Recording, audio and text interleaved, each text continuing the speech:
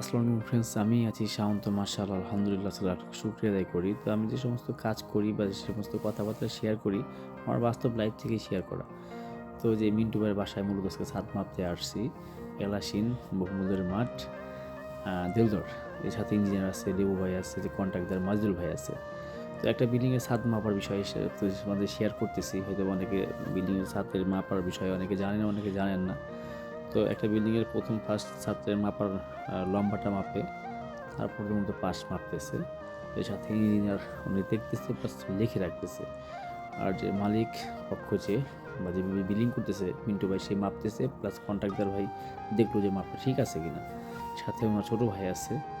তো মোটামুটি এখানে একটা ছাদের যে বেলকুনি যেটা বলে বা বারান্দার সামনে যে বা জানালার পাশে যে একটু বাড়তি ছাদটা, এটা মূলত ছাদের একটা অংশ, আর এটাও ছাদের মাপের সাথেই মূলত মাপবে।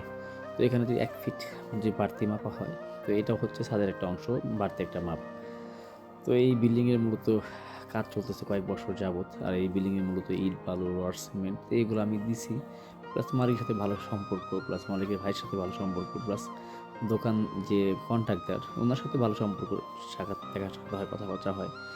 তো বিল্ডিংয়ের যে সাইডগুলো যেগুলো আছে, যে বাড়তি যে মাপগুলো ছাদের লম্বা বা পাশ মাপার পরে যে বাড়তি ছাদগুলো মাপা হইতেছে, কতটুকু মাপ এখানে আছে ইঞ্জিনিয়ার লিখতেছে প্লাস নোট করতেছে।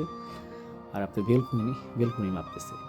তো একটা বিল্ডিংয়ের ছাদ মাপলে টোটাল কত স্কোয়ার ফিট হয়, এটা হিসাব করেই মূলত মিস্ত্রির সাথে টাকা পয়সা বা লেনদেন বা বিষয়ে কথাবার্তা হবে, বা লেনদেন কতটুকু কাজ করছে বা কতটুকু টাকা পয়সা দিচ্ছে।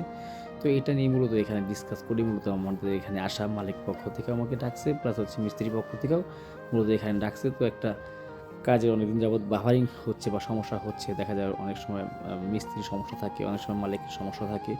তো এইভাবে দেখা যায় দেখপাস হয় বা কতটুকু কাজ করছে না কাজ করছে, এইটুকু নিয়েও এখানে ডিসকাস হবে আজকে ইনশাল্লাহ।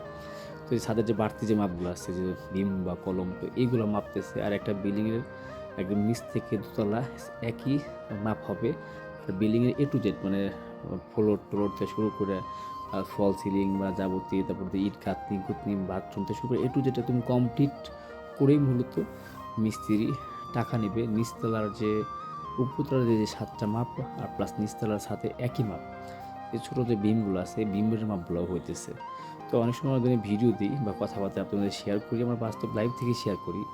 এই যে আপনার যে সিঁড়িকোঠার সামনে যে একটু বাড়তি ছাদ, এটাও একটা ছাদের একটা অংশ হচ্ছে, সেটারও একটু ডিপেন্ড করবে টাকা পয়সা।